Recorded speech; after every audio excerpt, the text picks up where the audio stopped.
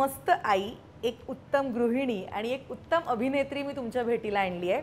खरं तर जेव्हा ती आता इकडे आली तिला बघून मला संतूर मॉम मी म्हणालेच तिला डायरेक्टली. स्वागत करूया अभिनेत्री खुशबू तावडेचं. आणि कमाल दिसतेय ती खुशबू. खूप स्वागत राजश्री मराठीमध्ये. Thank you so much. मी खास असं छान खूप दिवसांनी रेडी झाली आहे कारण इथे यायचं होतं.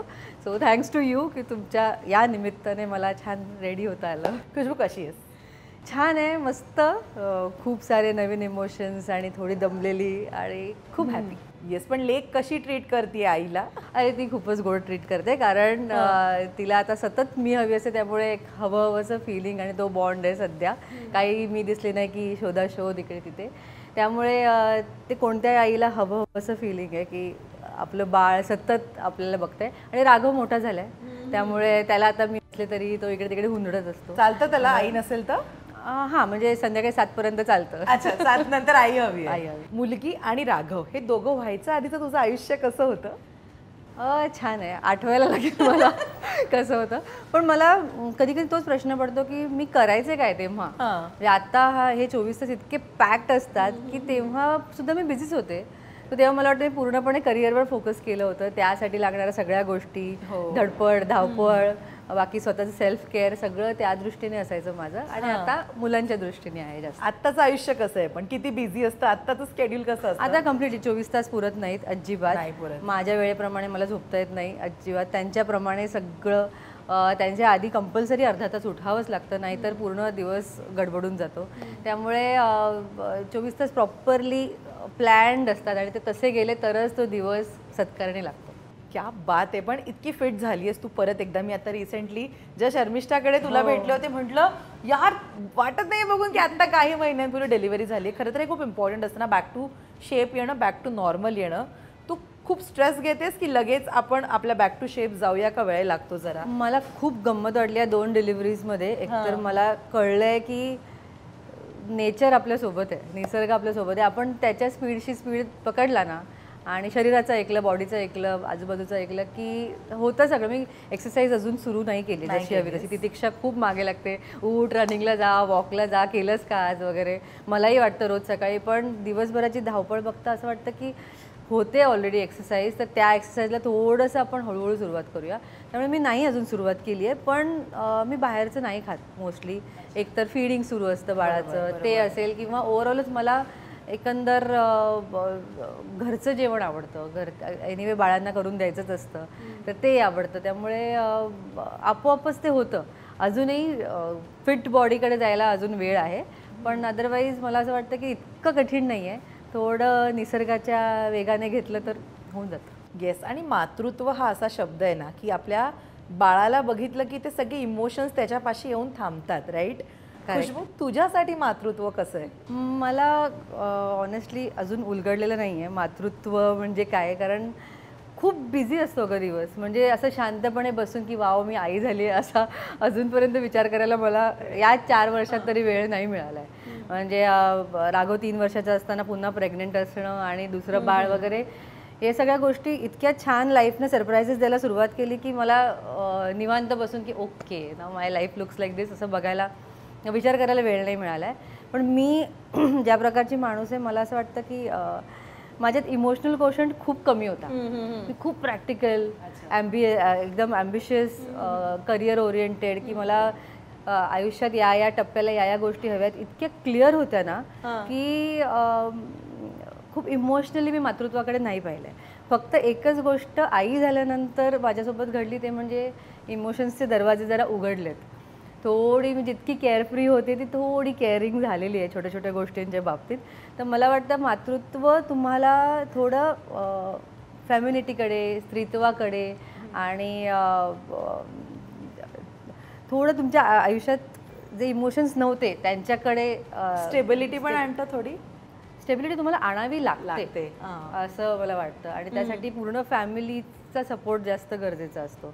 स्टेबिलिटी असायला हवी असं सतत वाटत राहतं, जे आत्तापर्यंत वाटत नसतं की ठीक आहे चालतंय, रेंटचं घर चालतंय, सकाळी कसं पण उठणं, कधी पण काही करणं चालतंय. ते सगळं हळूहळू नको वाटायला लागतं. असं वाटतं की नाही, आता स्टेबिलिटी हवी, आता सगळं म्हणजे ते त्याच्यासोबतच येतं असं मला वाटतं. येस. आणि ना असं असतं ना की आपण आपल्या करिअरच्या पीकवर असतो, छान सगळं चालू असतं आणि त्याच्यात आपण प्रेग्नन्सीचा डिसिजन घेतो. खरं तर हे एका अभिनेत्रीसाठी सोपी गोष्ट नाही आहे, कारण मग बॉडीमध्ये येणारे चेंजेस किंवा वाढलेलं वजन म्हणा किंवा मग 14-14 तास शूटिंग करून घरी जाऊन तो थकवा. मला राघवपासून सांग, हे एक चॅलेंज तू कसं स्वीकारलं होतंस तेव्हाही आणि आत्तासुद्धा? मी साधारण माझ्या वयाच्या 21व्या वर्षी कामाला सुरुवात केली हो, होती. हो. मी एक हॉटेल मॅनेजमेंट ग्रॅज्युएट होते. Yes. सो कॅम्पसमधून मला जॉब लागला आणि मी 21व्या वर्षी कामाला सुरुवात Yes. केली. त्यामुळे मी तेव्हाच ॲक्च्युली हे ठरवलं होतं माझ्या आजूबाजूच्या फॅमिलीज बघून, माझी स्वतःची फॅमिली बघून, की मला एक खूप छान फॅमिली हवी आहे. मी साधारण 30शीत असताना लग्न करणार आहे. त्यानंतर मला बाळ होणार, एक बाळ, आणि एक छान सेटल्ड लाईफ असेल आणि त्या टप्प्यावर त्या गोष्टी घडाव्या. येस.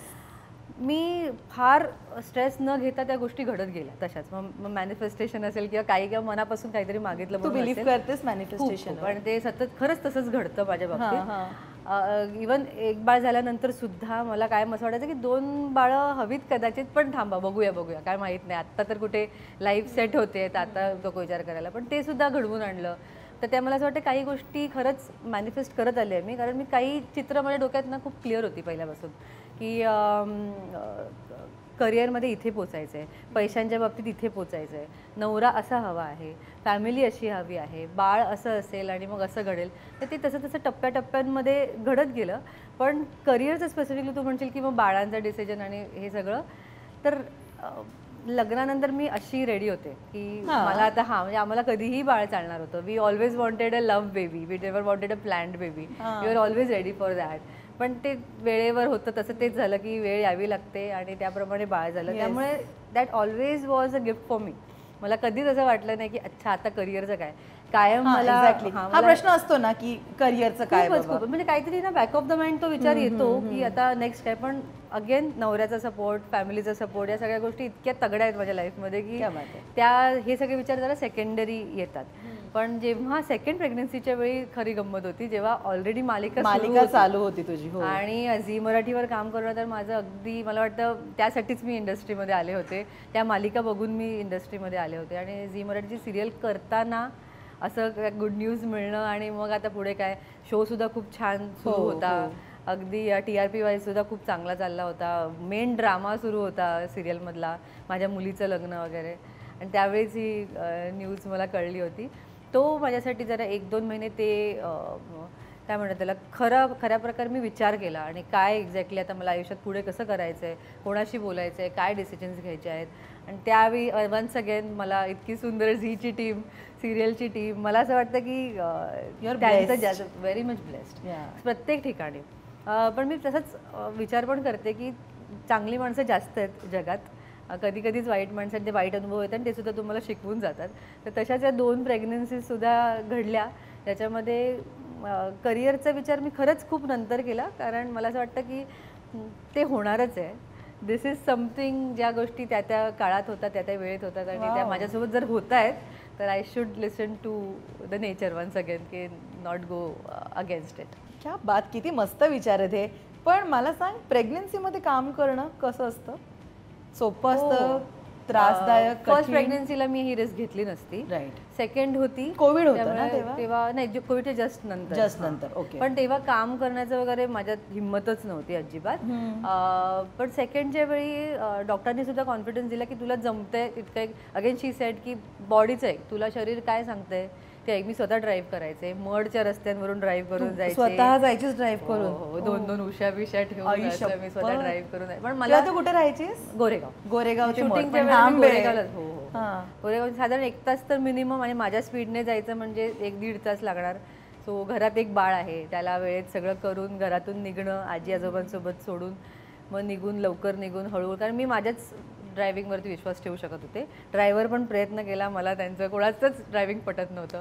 मग मला कॉन्फिडन्स आला की किती काही असलं तरी मी माझं ड्रायव्हिंग नीट होऊ शकते, कारण आय अंडरस्टँड मला काय होतंय. काय किती महिन्यापर्यंत तू ड्राईव्ह करत होती? 8.5 महिन्यापर्यंत. पहिले शेवटचा 1 महिना ड्रायव्हर होता, पण अगदी 7.5 महिन्यावर सगळे सांगत होते मला की प्लीज ड्रायव्हर ठेव, मागे बस, शांत बस. पण नव्हतं होत. मला असं वाटत होतं की मीच ड्राईव्ह करू शकते, तर कोणावरती विश्वास नाही ठेवू शकत. सो तेवढं छान होता कारण सगळ्यांनीच एकदम कळल्यानंतर तर सगळेच काळजी घेत होते. मलाच असं वाटत होतं की नको, मला एक नॉर्मल आर्टिस्ट म्हणून काम करू द्या, बिकॉज मला उलट जास्त गिल्ट यायचं तेव्हा की ऑलरेडी इतकं सगळं काळजीपूर्वक माझ्यासाठी गोष्टी बदलत आहेत, काळजी जास्त घेतली जाते आहे, त्यात एवढं ड्रामा आहे शोमध्ये ते सुद्धा करायचं आहे आणि प्लस माझं हे एक्स्ट्रा अटेन्शन ते मला नको वाटायचं तेव्हा, पण तरीही सगळं सुरळीत पार पडलं तेव्हा. वाव. पण अशी कधी चिडचिड झाली तुझी प्रेग्नन्सी नंतर म्हणा, बाळ आल्यानंतर, की आपण बघतो ना की इतकं कॉम्पिटिशन आहे आपल्या आजूबाजूला, प्रत्येक जण काही ना काहीतरी काम करत असतं आणि आपणही ते नंतर काहीतरी करणार असतो, पण सध्या आपल्याला आपल्या बाळाकडे लक्ष द्यायचं आहे, आपल्याला आपलं आयुष्यही बघायचं आहे, त्याच्यामुळे आपण तो ठरवून घेतलेला ब्रेक असतो, राईट? सो चिडचिड अशी कधी झाली आहे की बस आता जाऊयात कामाला? माझ्या बाबतीत ना मी नोटीस केलं की चिडचिड होते, पण ती क्रिएटिव्ह चिडचिड असते. म्हणजे मला एखादं खूप चांगलं काम बघून असं वाटायचं की ओ गॉड, म्हणजे हे एकतर बघायला मिळत नाही, फिल्म्स बघायला मिळत नाहीत, किंवा जर एखादी चांगली सिरीज जरी असेल ती इतकी तुकड्यामध्ये रोज 15-15 मिनटं बघायला मिळते फक्त, त्या बाबतीत चिडचिड जास्त व्हायची. मला सेटवर जायची घाई नव्हती, कारण मला माहीत होतं की हे क्षण मला परत नाही मिळणार आहेत. सेटवर मी जाणार आहे आणि काम सुरू होणार आहे, त्याची पूर्ण शाश्वती आहे मला, पण हे क्षण मला मिस नाही करायचे. आणि त्यांच्यासोबत असताना मी कामावर जायची चिडचिड केली आहे, हे गिल्ट मी स्वतःला आयुष्यात कधी माफ करू शकणार नाही, मला माहिती आहे. सो ते त्या क्षणी त्यांच्याबरोबरच वेळ घालवायचा आहे. पण पैशांची काळजी वाटते, असं वाटतं आता कसं व्हायचं, फायनान्शियल स्टेबिलिटी, त्यासाठी ती चिडचिड होते, ते विचार येतात. ते कदाचित मग मी संग्रामबरोबर डिस्कस करून ते काढायचे बाहेर, किंवा बसल्या बसल्या कधी विचार करत असेल तर ते टेन्शन यायचं. पण असं कधीच नाही झालं की सगळं जग पुढे चाललंय आणि मी इथे कुठे. मला माहित होतं की माझा एक पेस आहे आणि त्याने पण मी चालले कुठेतरी पुढेच चालले आयुष्यामध्ये. पण ना खुशबू, हा अप्रोच खूप कमाल आहे. तू प्रोफेशनल आणि पर्सनल तू इक्वल त्याला बॅलन्स आउट करतेस की हे मला आता एन्जॉय करायचं आहे कारण this is my life and this is my career. Actually हा अप्रोच ना तुम्हाला एक्सेप्टन्सचा भाग आहे अगेन हा, जो इतका मस्त आहे तुझ्याकडे. ही मॅच्युरिटी आधीपासून तुला आली आहे का बाय द टाइम तू काम करतेस आणि तू बघतेस आयुष्य त्यानंतर आली आहे? नाही, मला वाटतं मी अशीच होते, अशीच होते मी. इव्हन इंडस्ट्रीत येताना सुद्धा मला असं होतं की झालं तर ठीक आहे, नाही झालं तर दुसरं काहीतरी बघू. मला तो स्ट्रगल सुद्धा आवडायचा, मला ते बसने फिरवणं सुद्धा आवडायचं. असं वाटायचं की काहीतरी I am living my dream. तो प्रवास जास्त आवडतो, डेस्टिनेशनपेक्षा मला तो प्रवास खूप जास्त आवडतो. आणि सेकंडली या सगळ्या गोष्टी न मागता सुद्धा काही काही गोष्टी मिळत राहिल्या, त्यामुळे विश्वास बसत राहिला की होणार आहे, things will fall in place. आपण घाई करून उगाच प्लॅन नको बदलायला, होईल सगळं नीट होईल. येस. आणि ना खूप हार्मोनल चेंजेस असतात, आपली बॉडी पूर्णपणे चेंज होत असते आणि ना ते सगळं एक्सेप्ट करून आपल्या बाळांची काळजी घेणं, त्याच्यानंतर या कॉम्पिटिशनसाठी स्वतःला तयार करणं हे बिलकुल सोपं नाही आहे. म्हणजे मी सुरुवातीपासूनच कारण ना आपण बघतोय की एक अभिनेत्री, मी बघितलंय तुला सेटवर काम करताना जेव्हा मालिका चालू होती, मला सांग हे सगळे चेंजेस एक्सेप्ट करून आपण स्वतःला खुश ठेवणं म्हणजे काय तुझ्यासाठी? अनेक चेंजेस बॅलन्स म्हणजे मला असं वाटतं की जो विचार मी 2 महिन्यांपूर्वी करत होते मला तो आत्ता अजिबात योग्य वाटत नाही आहे, पण त्यावेळी मला तेच करायचं होतं. तुम्हाला तुमचं शरीर इतकं काय काय वेगवेगळं दाखवतं, इतके वेगवेगळे विचार तुमच्या मनात डोक्यात येऊन जातात आणि असं वाटतं की हेच बरोबर आहे, मला आज हेच करायचं आहे. मग ते डिसिजन, आणि त्यावेळेला कोणी काही सांगून तुम्हाला ते पटत नाही, कारण तुम्हालाच तुमचे सगळे डिसिजन्स घ्यायचे, तुम्हालाच तुमच्या सगळ्या पुढच्या गोष्टी करायच्या आहेत. हॉर्मोनल इम्बॅलन्स म्हणजे इट्स द रिअल थिंग. तुम्ही काही वेगळीच व्यक्ती असता त्यावेळी. वन्स अगेन मला असं वाटतं तुमच्या आजूबाजूची माणसं मॅटर करतात. तुम्ही काय करणार आहात एकटं या सगळ्यामध्ये, फक्त चिडचिड, त्रास आणि सगळ्या गोष्टी चुकीच्याच वाटणार असतील तर, म्हणजे कोणी किती काही केलं ना तरी तुम्ही एकटेच असता असं कायम वाटत राहतं. असं वाटतं की तू 1 मिनिट लेट का आलास, तुम्हाला 1 मिनिट आधी का नाही कळलं, हे एवढं समोर सगळं असताना तुम्हाला दिसत नाही आहे का? नाही दिसत कोणाला. तुम्ही आई आहात, तुमचा दृष्टिकोनच वेगळा आहे, हे सगळं आत्ता कळतं. पण तो प्रेग्नन्सीचा महिना, त्याच्यानंतर त्या गोष्टी, बापरे, म्हणजे आयुष्य इतकं रोलर कोस्टर राईड होऊन जातं, इतक्या जास्त, म्हणजे आज जे वाटते ते उद्या नाही वाटणार. आणि जेव्हा ते ॲक्सेप्ट करायला लागतो ना, म्हणजे मला असं वाटतं की सगळ्या मॉम्सला हेच कळावं की आज जे वाटणार ते उद्या नाही होणार, हे होणारच आहे. त्यामुळे तुम्ही कोणतंच असं एक सत्य मानून चालू नका. हळूहळू हळूहळू उलगडू दे गोष्टी, हळूहळू जा. पण ते सुद्धा आता मला दुसऱ्या प्रेग्नन्सी नंतर आलेलं आहे. फर्स्ट टाइम तो घ्यायचा, तो स्ट्रेस घेतलाच होता मी की ओ गॉड, हे काय होतं, हे काय होतंय, काहीच नाहीये माझ्या मनाप्रमाणे काहीच घडत नाहीये आणि हे काय नवीन आलंय. म्हणजे आजपर्यंत तुम्ही एक प्रेग्नेंट बाई असता, डिलिव्हरी होणार असते आणि डिलिव्हरीनंतर एक बाळ जी तुमची जबाबदारी आहे पूर्णपणे, ज्याचं काही युजर मॅन्युअल पण नाही आहे की बस तुम्हाला लहानपणापासून शिकवलंय की बाळाचं काय करायचं, कसं करायचं, कोणाचं तरी बघून शिकलेलो आहोत. बरं, मी खूप खूप जास्त व्हिडिओज बघण्याचा प्रयत्न पण केला, पण इतकं मटेरियल पण अवेलेबल नाही आहे बाहेर की तुम्हाला आतल्या गोष्टी सांगतील, खऱ्या गोष्टी सांगतील. तर त्यामुळे ते every day is a surprise. Gift आहे ना हे एका स्त्रीला मिळालेलं की ती शिकते हळूहळू. आई पण हो शिकते. जसं इव्हन फादर्स ते शिकतात. हो, त्यांना पण कोण सांगायला जाते बिचाऱ्यांना, फक्त त्यांना क्रेडिट मिळत नाही त्याचं तितकं. पण आपण आपल्या बायकांना थोडासा त्या बाबतीत सॉफ्ट कॉर्नर आहे की त्या करतात आणि त्यांना जमतं आणि हळूहळू आणि थोडं एक ममत्व असतंच ऑलरेडी, त्यामुळे त्यांनाही मिळालेली जबाबदारी असते. So this is beautiful. Yes, तू ना आत्ता माणसांचा उल्लेख केला की तुमच्या आजूबाजूला माणसं कशी आहेत त्यावर ठरतं की तुमची चिडचिड किती होती आणि तुम्ही स्टेबल किती आहात. ही कोण माणसं आहेत खुशबू जी तुला म्हणजे राघवपासून आत्तापर्यंत तुला सांभाळत आली आहेत किंवा तुझे मूड स्विंग्स ओके आपले मानून त्यांनी एक्सेप्ट केलेत, ते कोण आहेत? सगळ्यात मोठा तर संग्राम. तो म्हणजे मला असं वाटतं की मी वेगवेगळे बिहेवियर्स माझे मूड स्विंग्स दिसतात की नाही तेच मला कळतं, कारण तो तसाच असतो की इज ऑलवेज देअर. कधीही कोणताही त्याचा टोन तोच आहे बोलायचा, त्याची चिडचिड नाही, त्याचं असं त्याला एकतर त्याने स्वतःला समजावून घेतलं की हिचे होणार आहेत चेंजेस, ही कशीही वागणार आहे आणि आपल्याला ॲक्सेप्ट करायचं आहे. आणि आमच्या दोघांचा पण एक अशी गोष्ट आहे की आमचा आवाज नाही वाढत. चिडचिड जरी झाली तरी पण आम्ही एक सॉफ्ट स्वरातच एकमेकांशी ती चिडचिड मला आमचा आवाज नाही वाढत. त्यामुळे कदाचित भांडण नाही झालं, पण मतं मांडणं आणि मग एखाद्या गोष्टीवरती एकमत न होणं या गोष्टी बऱ्याचदा घडल्यात. पण तेव्हा तो तसाच तटस्थ उभा राहिला आणि कायम अजूनही तसाच आहे. म्हणजे आताही बाळांसोबत तो आहे घरी, पण he is always like okay तू आलीस, फक्त मला दुधाचं टेन्शन आहे राधीच्या, फक्त तेवढं बघ. मला असं की ओके तेही होणार, ओके असं इतकंच शांतपणे सुरू असतं. So he is always there, एक जस्ट वन कॉल अवे आणि तो सगळ्या गोष्टी अरेंज करतो. सेकंडली माझे आई बाबा, माझ्या माहेरी मी डिलिव्हरीच्या आधी डिलिव्हरीच्या नंतर असायचे. माझ्या आईबाबांचा न पाहिलेला चेहरा मी या दोन्ही प्रेग्नन्सीजमध्ये पाहिला आहे. एक तर नातवंडांसाठी सुद्धा आणि माझ्यासाठी सुद्धा असलेलं त्यांचं प्रेम, काळजी, माझ्या करिअरविषयीची काळजी, माझ्या शरीराविषयीची काळजी, माझ्या मानसिक स्वास्थ्याबद्दलची काळजी, ह्या सगळ्या गोष्टी त्यांनी म्हणजे अगदी मी बेडरूममध्ये असायची तर हॉलमध्ये ते डिस्कस करत असतील कदाचित, पण माझ्यापर्यंत कधीच कोणतेच टेन्शन्स पोचवू दिले नाहीत. आणि सगळ्यात महत्त्वाचं म्हणजे जे 8 महिने 6 महिने आपण राहतो आपल्या माहेरी, पण नंतर कायम आपण आपल्या सासू सासऱ्यांसोबत असतो. त्यांच्यासाठी आपण एक नवीन व्यक्ती आहोत, तरीसुद्धा आपल्या मुलीसारखं ॲक्सेप्ट करून बाळांसाठी म्हणजे मला आठवते पहिल्या प्रेग्नन्सीला सासऱ्यांनी सासूबाईंना सांगितलं होतं की ती आता येईल माहेर राहून, सगळी कामं एकीकडे, फक्त तिची जेवणं वेळेत झाली पाहिजे, ते वेळात त्यांच्या पाळा एकदम काही दुसरं चुकलं नाही पाहिजे. ती बाळाची काळजी घेईल पण त्यांची काळजी घेईल, त्यांची ते अहोजाहो करतात. सुनेला सुद्धा हो की त्यांची काळजी घ्यायची जबाबदारी आपली आहे.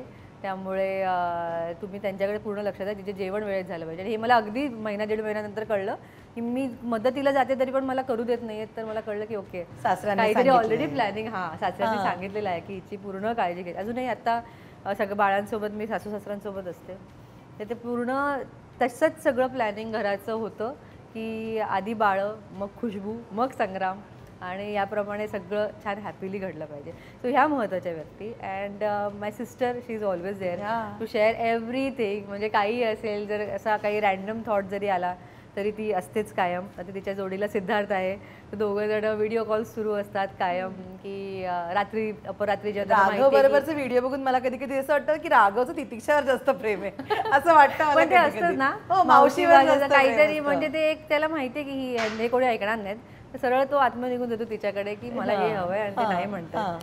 So that bond is. आता सिद्धार्थ त्याच्यावर चढ आहे, त्यामुळे तो तर म्हणजे रेडीच असतो की काही मागितलं आणि आपण आणून दिलं, तो एक आहे. आणि माझी मैत्रीण गौरी नलावडे, ती she is my like all time कधी तिला कॉल करायचीच अवेलेबल. दोन्ही डिलिव्हरीज प्रेग्नन्सीच्या वेळी ती हॉस्पिटलमध्ये होती. पहिल्या प्रेग्नन्सीच्या वेळी तर ती आतमध्ये लेबर रूममध्ये होती.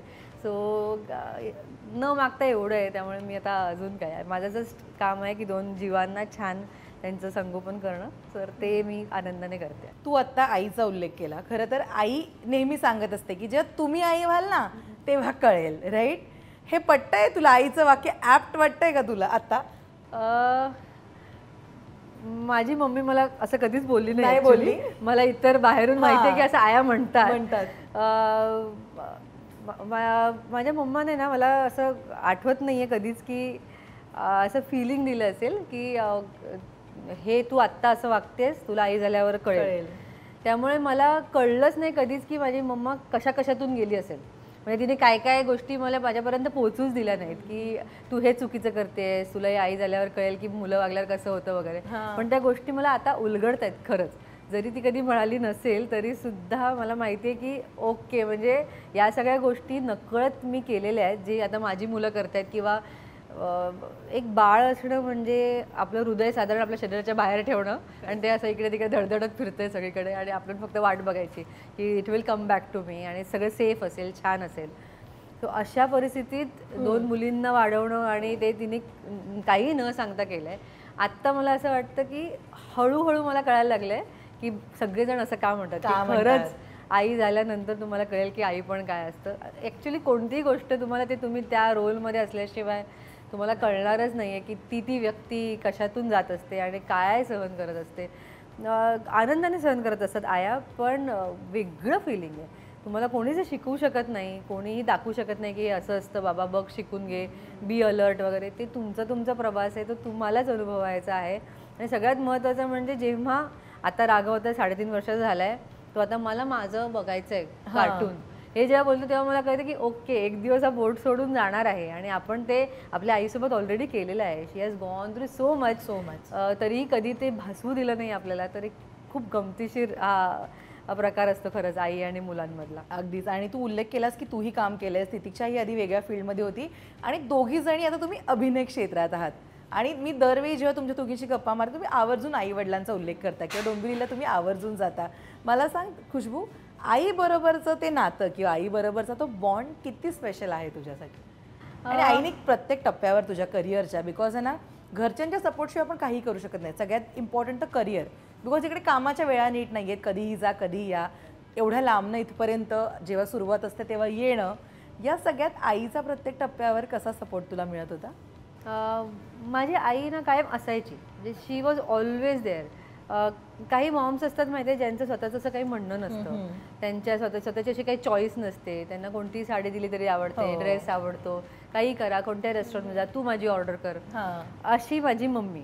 ओके, तिला आम्ही म्हणजे माझ्या बहिणीने आणि मी ठरवून सांगून तिचे मतं आणि तिचे चॉईसेस आम्ही स्ट्रॉंग केले आहेत की mamma, you have your opinions आणि तू सांगितलं पाहिजे, बोललं पाहिजे. आणि तिच्यात आता प्रचंड बदल घडला आहे. जेव्हा तिने स्वतःचा योगा अभ्यास म्हण किंवा मेडिटेशन हे सगळं सुरू केलं आहे तेव्हापासून ती एक नवीन व्यक्ती आहे. त्यामुळे तिला ना वेगवेगळ्या टप्प्यांमध्ये आम्ही पाहिलं आहे. पण आम्हाला एक नेहमी माहिती आहे, जरी माझे पप्पा कायम बोलके आहेत, ते सतत आम्हाला काही ना काही सांगतात, ओरडतात, तरी कुठेतरी मम्मी पप्पांना सगळ्या गोष्टी सांगत असते असं आम्हाला कायम वाटतं.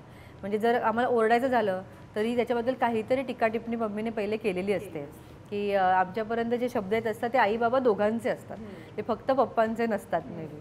किंवा आम्हाला कधी अपसेट असू तर कुठेतरी मम्मीने पप्पांना सांगितलेलं असतं की असं वाटतंय मला, तिचं असं असतं, मग ते आमच्यापर्यंत पप्पांचे इमोशनल शब्द येतात. तर तशी माझ्या मम्मीचा तसा रोल आहे कायमच आयुष्यामध्ये. कधी आम्हाला ओरडणं नाही, पण काय माहिती असं कधी वाटलंच नाही तिच्या शब्दाबाहेर जावाचं किंवा तिला त्रास द्यावाचं. तरुणपणात जे चुका करायच्या ते आम्ही केल्या, म्हणजे कधीतरी तिला उलटं बोलणं किंवा त्यांच्या शब्दाबाहेर जाणं. पण ते काही वर्ष जेव्हा खरंच आपण एका वेगळ्या एज ग्रुपमध्ये जात असतो आणि गोष्टी बदलत असतात, पण त्या पण आई बाबा दोघांनी खूप पॉझिटिव्हली घेतल्या. मला असं वाटतं की मलाही असंच मॉमडॅड व्हायचं जिथे टप्प्याटप्प्यांमध्ये आपली भूमिका बदलणं गरजेचं असतं. की कधी मित्र व्हायचं, कधी पेरेंट व्हायचं, कधी हक्क गाजवायचा आहे. म्हणजे आत्ता तर तू कॅफेमध्ये आली होतीस आमच्या, तो कॅफे बंद झाला. अगदी राघवची न्यूज यायच्या आदल्या महिन्यात त्याच्या कॅफेचा त्या बिल्डिंगमध्ये इश्यू झाला आणि तो कॅफे बंद करावा लागला. त्यानंतर एवढं फायनान्शियल लोन, ते लोन करताना सुद्धा माझे पप्पा होते, त्यामुळे ते फेडायचे जेव्हा गरज होती तेव्हा पप्पा कायम इन्वॉल्ड असायचे. एकदाही दर्शना असं नाही झालं की पप्पाने मला बोलले बघितलं म्हणून असं मी तुला बोललो होतं, एकदाही असं नाही बोललं. कारण आई बाबा दोघेही माझे असेल की असं कधी मी तुला सांगितलं होतं ना असं बोलणारच नाही आहे. त्यामुळे ते इतकं खूप महत्त्वाचा गुण मला वाटतो की तो मी त्यांच्याकडून खरंच कायम घेईन की एखाद्याची चूक झाल्यानंतर मी तुला सांगितलं होतं असं कधीच ते बोलले नाही आहेत त्या बाबतीत. सो ही खूपच शिकण्यासारखी गोष्ट आहे त्यांच्याकडून. वा, खूप मस्त बॉन्ड आहे हा खरं तर. आणि तू आई आणि बाबा दोघांबद्दल सांगतेस, पण जेव्हा तू करिअरला सुरुवात केली होतीस खुशबू, आलीस इंडस्ट्रीमध्ये आणि आत्ता रिअल स्ट्रगल आहे बाबा, काम मिळवणं, चांगलं काम मिळवणं आणि सातत्याने टिकवणं, तेव्हा आई बाबा बरोबर होते काय?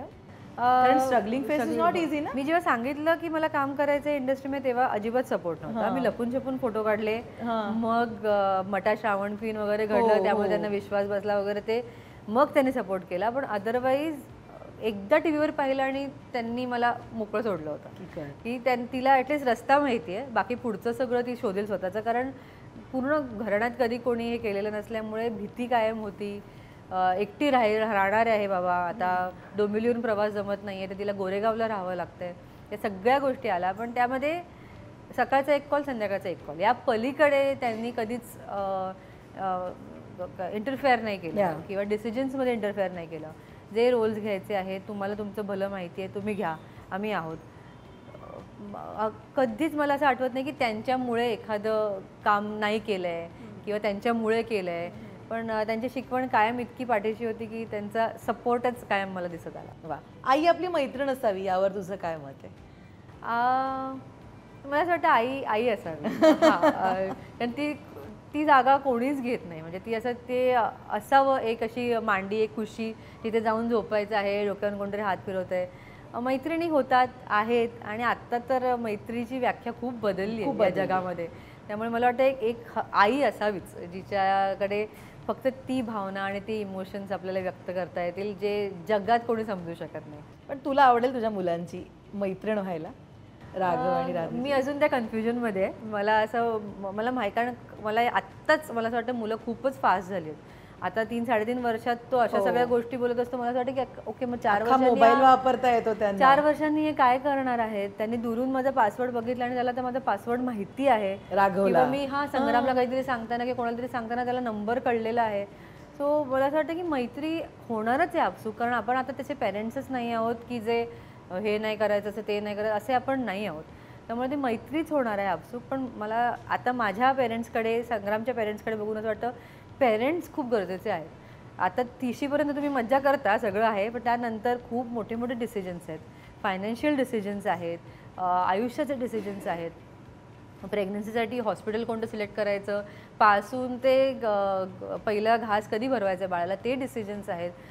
बरं, 2 बाळं असताना दोन्ही बाळांना खाऊ पिऊ घालताना उडणारे तारांबळ बघताना एक कोणतरी पेरेंट येऊन सांभाळणार, ते पेरेंटची जागा पेरेंट्सनेच सांभाळावी आणि त्यांनी तेच उत्तम करू शकतात. त्यामुळे मैत्री, मित्र आपला एक छटा दिसणार आहेत मुलांना. त्यामुळे मला असं वाटतं की संग्राम आणि मी असं टप्प्याटप्प्याने ठरवलं की काही सुरुवातीची वर्ष 6-7 वर्ष मित्र तर सोडा, मी तर असं ठरवलं आहे दोघांनी की 7 वर्षापर्यंत आपण कम्प्लिटली त्यांचे असे नोकर व्हायचं की काय हवं आहे तुमचं, कुठे काय राहतंय, काय करायचं, पॅन्ट घालायचे, टी शर्ट घालायचे, हे पुसायचे, ते द्यायचे कम्प्लिटली. त्यानंतर पुढची 7 वर्ष छान त्यांच्याबरोबर मैत्रीचा बॉन्ड ठेवूया आणि त्यानंतर आपण त्यांचं ऐकायचं, त्यांना काय करायचं आहे त्यांच्याप्रमाणे तसं त्या अनुषंगाने घ्यायचं, असं आत्ता तरी आम्ही ठरवलं आहे. पण दर महिन्याला गोष्टी बदलतात आणि गोष्टी वेगळ्या दिसायला. खुशबू कशी आई आहे पण, कारण मी बघितलं बारशाला शर्मिष्ठाकडे, ती छान मस्त गुंडाळून तिला फिरत होती सगळीकडे. मग तिची झोप झाल्यावर तिने छान टिकली लावली आपल्या लेकीला आणि ती फारच गोड होती. म्हटलं यार हे किती क्यूट आहे. सो मुलीची सगळी हाऊस पूर्ण करणारी आई आहेस हे तर मी नोटीस केलं त्या दिवशी. पण असं असतं म्हणजे वागणुकीच्या बाबतीमध्ये, शिस्तीच्या बाबतीमध्ये कशी आई आहे खुशबू? 1 सेकंड उलगडतं ते सगळं. पण मला असं वाटतं की मी काही गोष्टींमध्ये खरंच खूप स्ट्रिक्ट आहे. म्हणजे मला काही गोष्टी नाही तर ज्या चुकीच्या आहेत, वागणुकीतल्या असतील किंवा काइंडनेस न दाखवण्याचं असेल, समजा राघव कुठेतरी उद्धट वागला तर त्या नाही आवडत, तर त्या जोपर्यंत ठीक होत नाहीत, रिपेअर होत नाहीत, तोपर्यंत मी त्या पकडून धरणारी आई आहे. ओके. सो मला पण हळूहळू कळतंय मी कोणत्या प्रकारची आई कशी आहे वगैरे. पण आत्ता एवढं माहिती आहे की मला सगळे क्षण एन्जॉय करायचे आहेत. थँक्स टू मोबाईल की सगळ्या गोष्टी मला कॅप्चर करता येत आहेत, सगळे फोटोज सोबत ठेवता येत आहेत. पण थोडं आत्ताच मला राघवचे लहानपणीचे व्हिडिओज बघून इतकं भारी वाटतं की असं वाटतं अच्छा हे गेले क्षण ऑलरेडी हे गेलेले आहेत, तर या गोष्टी जपून ठेवायच्या आहेत. तर मी स्वतःचं सुद्धा हळूहळू उलगडते की आणि मेन तर राधीची आई असताना मला असं वाटतं की मी माझ्या 20sमध्ये मी पूर्णपणे काम करत होते, त्यामुळे खरंच एक मुलगी म्हणून छान बागडणं मज्जा करणं हे खूप राहून गेलं आहे. तर मी तिच्याकडे बघून मी शिकते.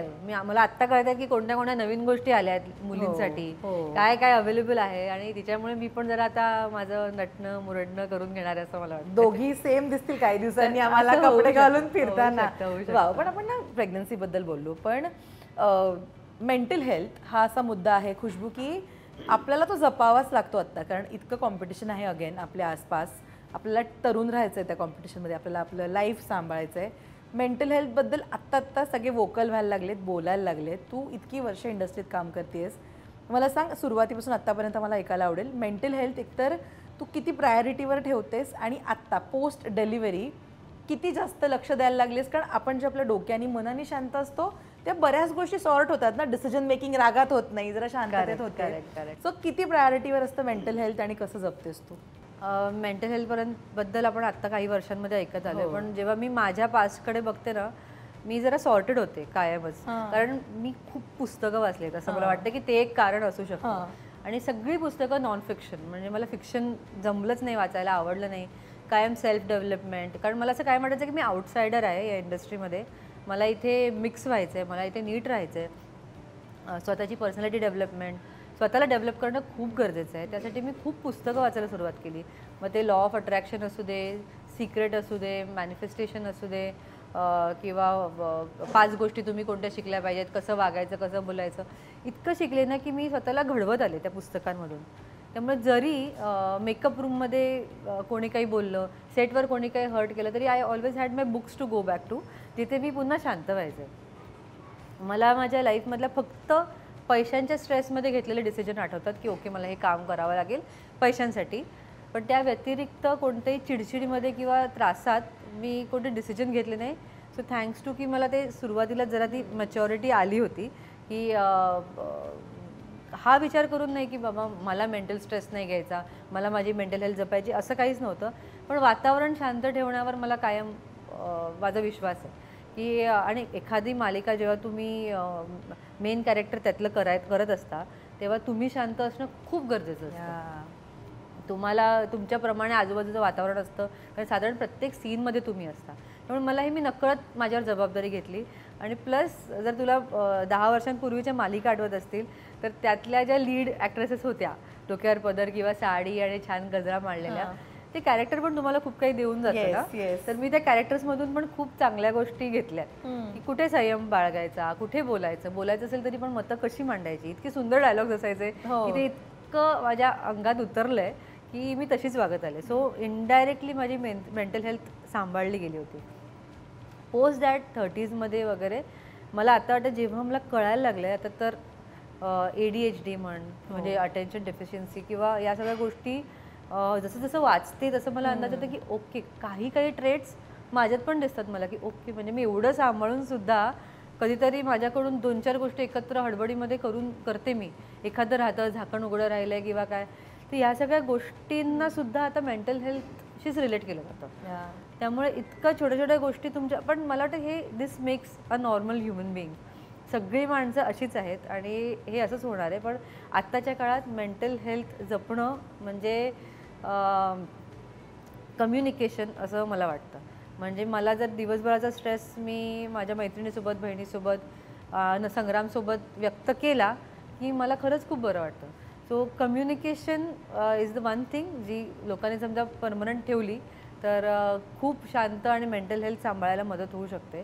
But which is very very important right now. म्हणजे राधी आणि राघवला तीच पहिली गोष्ट असेल मला असं वाटतं की मी ते शिकवेन की कोणत्याही गोष्टीला नाही म्हणणं किती गरजेचं आहे स्वतःचं जर मेंटल हेल्थ तुम्हाला जपायची असेल तर. पण राघव आणि राधीच्या जन्मानंतर मला सांग थोडा डिस्टर्बन्स होता मेंटल हेल्थमध्ये का नव्हता? शांत होतीस? नाही नाही होता ना होता हो हो हो म्हणजे आत्ताही असेल तो थोडासा तो असं जात नाही कारण तुम्ही तुमच्या आवाक्यापेक्षा खूप जास्त कामं करत असता खूप जास्त विचार करत असता एक कप गरम चहा पण तुम्ही नाही पिऊ शकत म्हणजे हे रियालिटी आहे आणि हे दुःख किंवा प्रॉब्लेम्स नाही आहेत पण हे तुमचं रुटीन असंच होणार आहे आणि काही वर्षांनी ते नसणार आहे सगळं तितकंच खरं आहे but at the same time तुम्हाला कोणी त्यासाठी प्रिपेअर नाही केलं म्हणजे तुम्हाला एखादा रोल करायचा असेल घोडेस्वारचा तर तुम्ही त्यासाठी प्रिपेरेशन करू शकता की तुमचं शरीर यातून जाणार आहे तर तू कसं त्याच्यासाठी काम केलं पाहिजे पण ह्या स्ट्रगलसाठी या स्ट्रेससाठी तुम्हाला कोणीच तयार करत नाही म्हणजे मला आता या प्लॅटफॉर्मवर हे बोलायलाही आवडेल की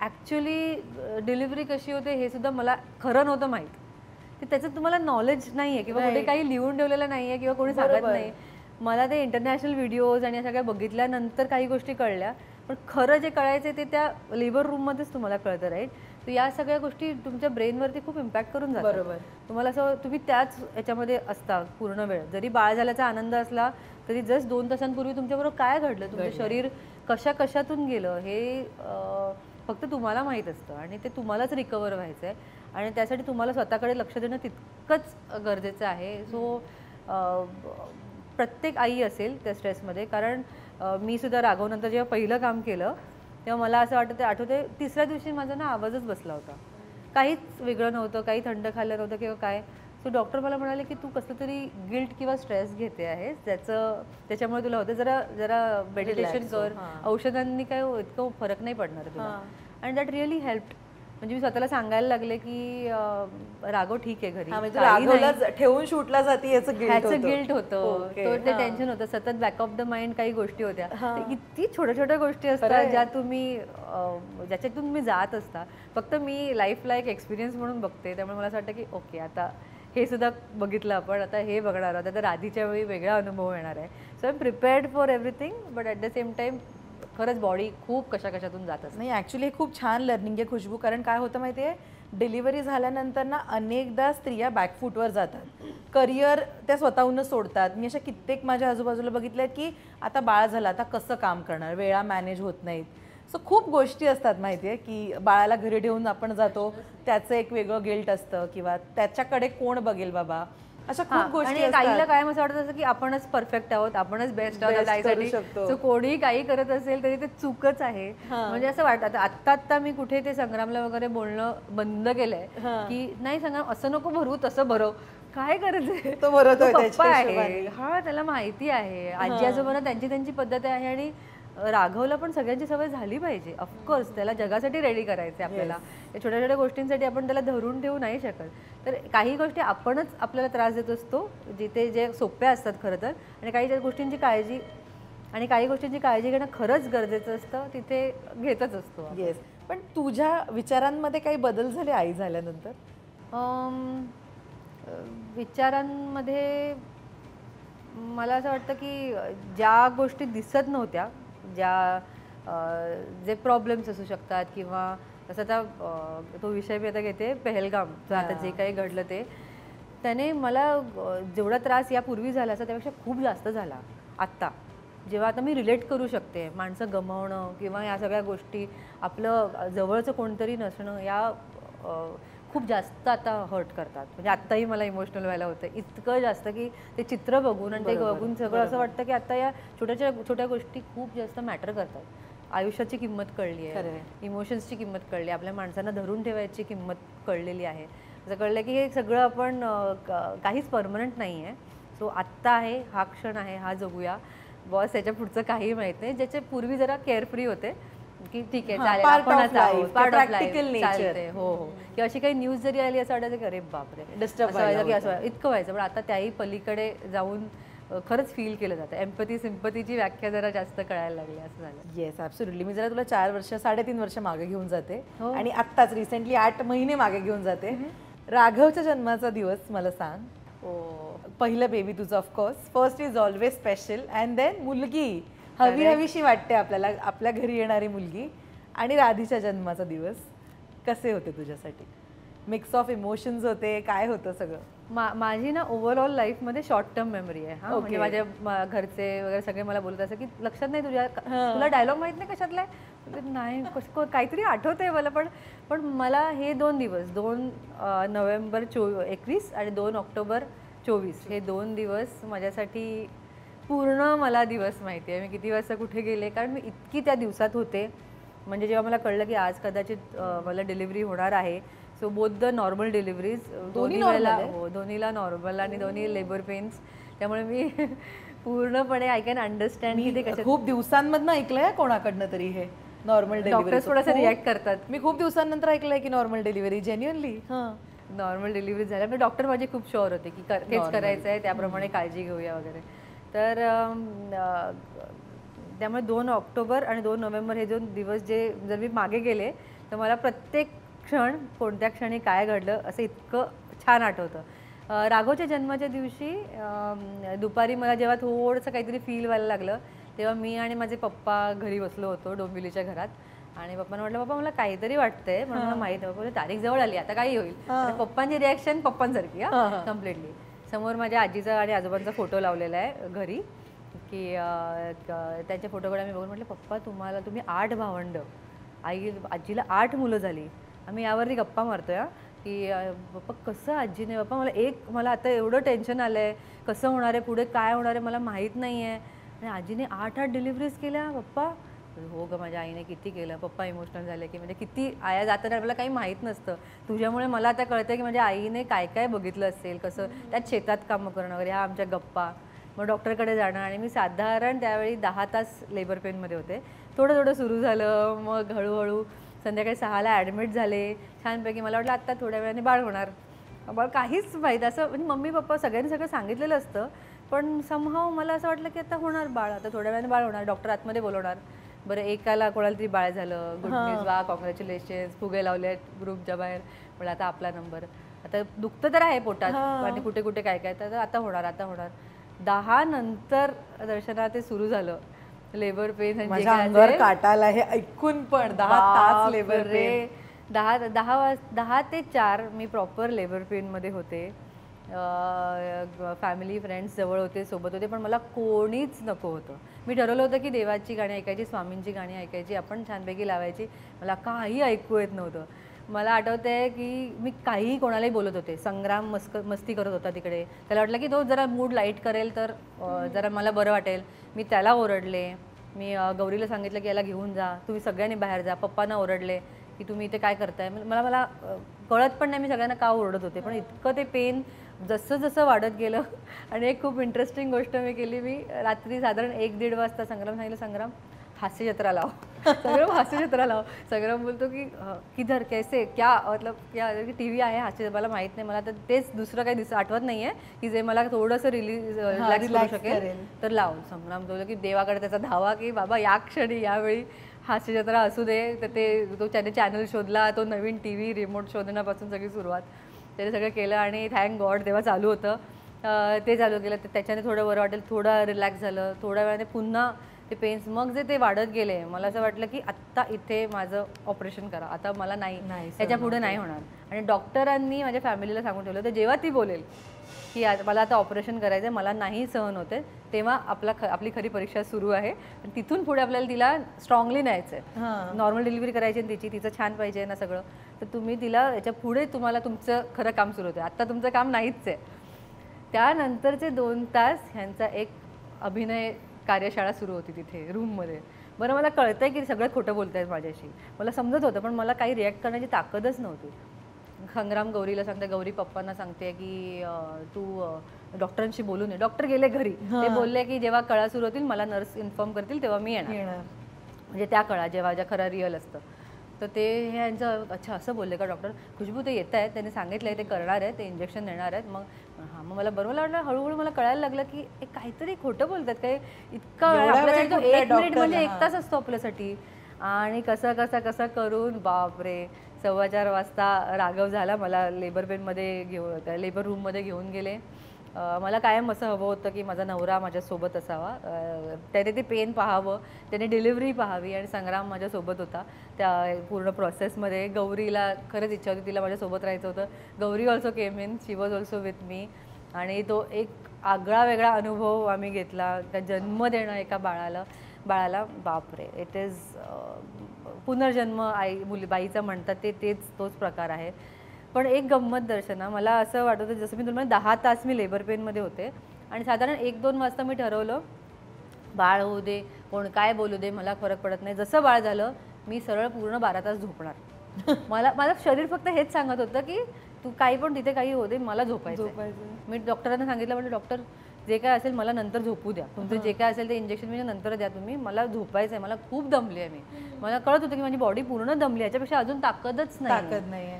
तर ती 4:15 वाजता बाळ झालं आणि त्याच्यानंतर माझी झोप कुठे उडाली मला माहीत पण नाही. म्हणजे मला अजूनही आश्चर्य वाटतं आजही, कारण मला पूर्णपणे आठवते तो क्षण जेव्हा मला खरंच झोपेची गरज होती, जेव्हा मला माहिती आहे की आता माझी बॉडी पूर्ण दमली आणि त्यानंतर मला डिलिव्हरी करायची अजून. सो आय नेवर न्यू की लेबर पेन एक असतंच, त्यानंतर तुमचं एक नॉर्मल डिलिव्हरीसाठीचा एक प्रयत्न वेगळा असतो. सो त्या सगळ्यातून म्हणजे मला खरंच बायकांना एज्युकेट करावं वाटतं. असं वाटतं की बॉस ज्यांना डिलिव्हरीसाठी प्लॅन करायचं आहे त्यांची मेंटल स्ट्रेंथ, फिजिकल स्ट्रेंथ तुम्ही खरंच नीट ठेवा. आत्ताच्या या जगामध्ये हे जे काही PCOD आणि सगळ्या गोष्टींमध्ये you need to be very very very careful, जर तुम्ही हे स्वप्न बघत असाल आणि असं तुम्हाला लाईफ हवं असेल तर. सो दॅट डे त्याच्यानंतर सगळे आले आणि बाळ आपल्याकडे नसतंच, आपल्याला म्हणजे डॉक्टरने मला सांगितलं होतं तुला कदाचित पेढा पण नाही मिळणार खायला, ते पण सगळं बाहेरच कार्यक्रम घडणार, कशाचीच आशा करू नको, तुला फक्त बाळाला छान जन्म द्यायचा आहे, स्वतःची काळजी घ्यायची. तर ते आम्ही केलं आणि देन आनंदकडे एकदम छान सगळं उत्तम होतं. राघव राधीच्या वेळी किती वेळ कळा दिली? काहीच नाही. सकाळी मला 6 वाजता असं वाटलं, रात्री आम्ही छान मंगळवारचं ते नैवेद्य आरती वगैरे करून सुंदर झोपले, मी छान झोप लागली, राघवला बाजूला घेऊन झोपले होते आणि सकाळी 6 वाजता असं वाटायला लागलं की काहीतरी असं कंबर का दुखते आहे. मला वाटलं एका कुशीवर झोपले म्हणून दुखते आहे, म्हणून सरळ झाले, नीट झाले. मग मला अंदाज आला की ओके सगळे झोपले आहेत आणि कदाचित हे लेबर पेन असू शकतात. मी गुगल सुरू केलं की काय काय एक्झॅक्टली कसं, अच्छा असंच वाटतंय तसंच वाटतंय, आणि जे मी व्हिडिओज वगैरे भरपूर काय काय बघून ठेवलं होतं आणि यावेळी थोडं एक्स्ट्रा मटेरियल स्टडी केलं होतं. जरा ओव्हर पहिल्याचा अनुभव होता, गाठीशी अनुभव होता सगळा, आणि एक बॉडी इंटेलिजन्स असतं, बॉडीला कळतं की अच्छा हे काहीतरी तसंच असणार आहे.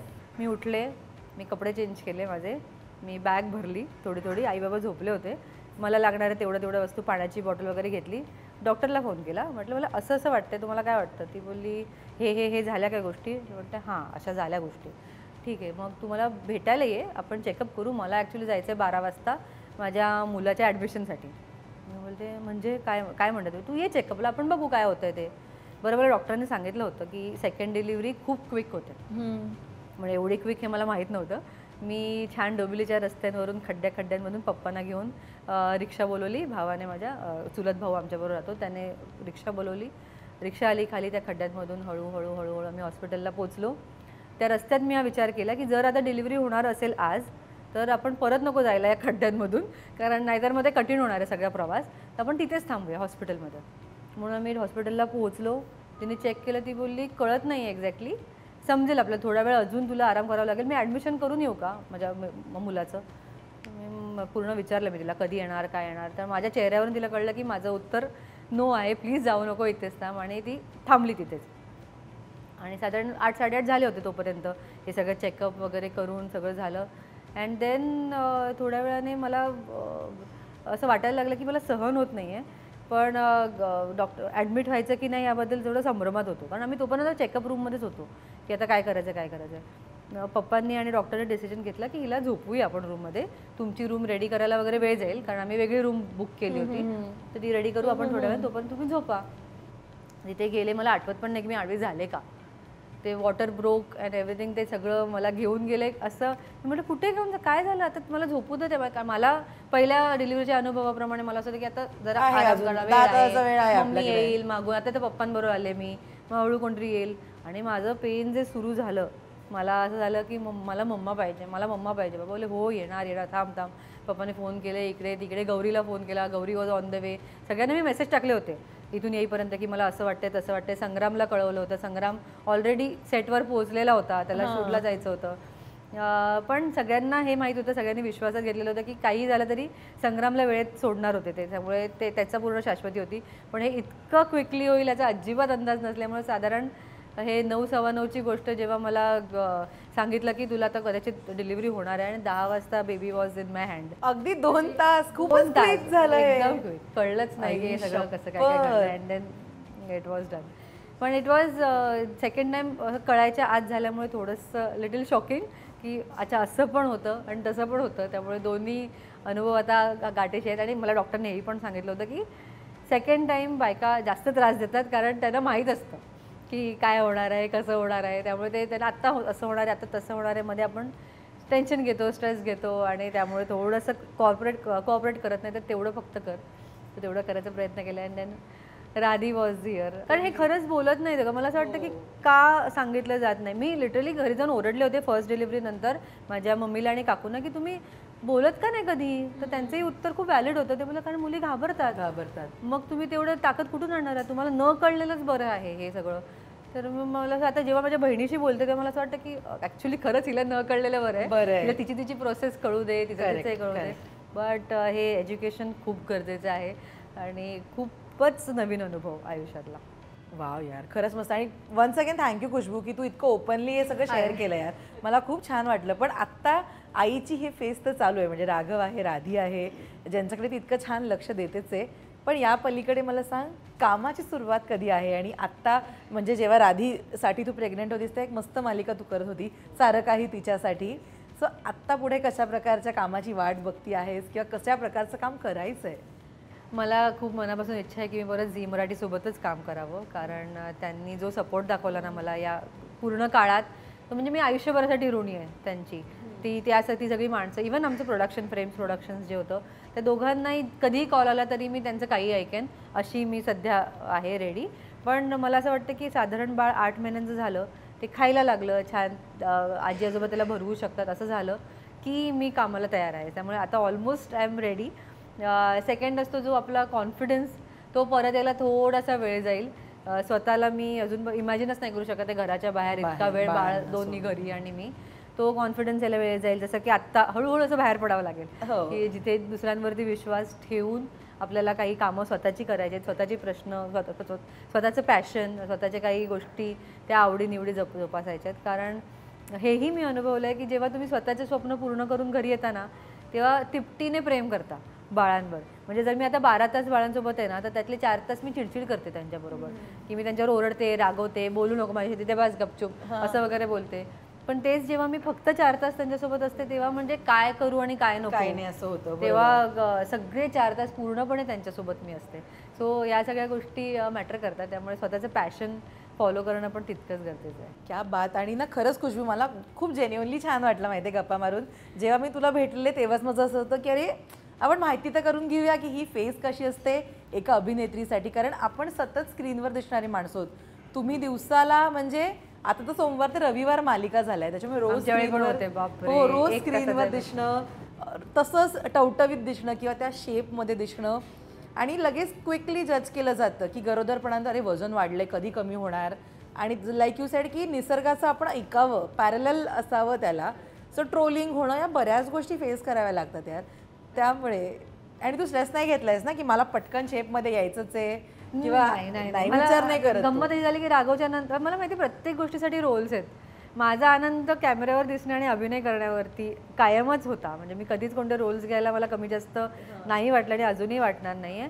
आणि जेव्हा राघवनंतर मी ज्या शेप बॉडी ज्याच्यासाठी होते त्यासाठी एक रोल रेडी होता की रेडी होता सारं काही तिच्यासाठीच, आणि मी त्याच्यासाठी रेडी होते आणि छान झालं ती मालिका. उलट मला हा अनुभव जास्त आवडला की जेव्हा यू आर युअर सेल्फ, तुम्ही पूर्ण कॉन्फिडंट असता, जसं जे आहे ते एक्सेप्ट करता, तेव्हा काय अजून हवं आहे म्हणजे असं वाटतं. आणि सगळ्या हे ॲक्च्युली जन्म ते डेथपर्यंतचा जो हा प्रवास आहे सुंदर, त्यात सगळं करायचं आहे मला. म्हणजे जाड व्हायचं आहे, बारीक व्हायचं आहे, गुब्बू गुब्बू चेहरा दिसायचा आहे टी व्हीवरती, ओरडा खायचा आहे, लोकांनी मला काही बोललं तर ते ऐकून घ्यायचं आहे, सगळं छान हॅपी आणि तसंच आयुष्य. मजा काय ना, मजा काही नाही. सो आय वॉन्ट एव्हरीथिंग की जेव्हा मी मागे वळून बघेन की ओ गॉड, मी असं पण काम केलं, असं पण प्रेम केलंय लोकांनी माझ्यावर, बस अजून काय पाहिजे. पण खुशबू, जाता जाता मदर्स डेच्या निमित्तानं जर मी आज तुला म्हणाले की तुझ्या दोन्ही मुलांना, राघव आणि राधीला, एकतर प्रॉमिस कर किंवा जे आजवर तू त्यांना सांगितलं नाहीयेस तुझ्या मनातलं ते काहीतरी सांग आज ऑन कॅमेरा, तर तुला काय सांगायला आवडेल त्यांना?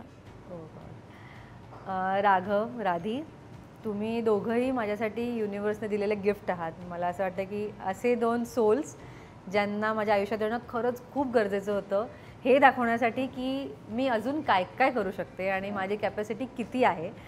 सो थँक्यू सो मच एकतर माझ्या आयुष्यात आलात यासाठी. आणि मला कायम 2 भावंड किती प्रेम एकमेकांवर करू शकतात हे मी बघत आले आहे. माझ्या बहिणीकडून, संग्रामला भाऊ आहे त्यांच्याकडून. तर तुम्ही दोघं एकमेकांसाठी आहात आणि हा बॉन्ड तुम्ही प्लीज कायम जोपासा. खूप फिरायला जा, एकत्र खूप ट्रिप्स करा आणि खूप मजा मस्ती करा आणि एकत्र आम्हाला त्रास द्या. So I am just looking forward की पूर्ण हा प्रवास कसा असणार आहे. I am very very excited. Yes Khushboo, पण थँक्यू सो मच. वेळ दिलास, इतक्या छान गप्पा मारल्या. राघव आणि राधीला आमच्याकडनं खूप खूप प्रेम. आणि तू लवकर ये, स्क्रीनवर बघायला आवडेल, इंटरव्ह्यू करायला आवडेल. All the very best. Thank you so much.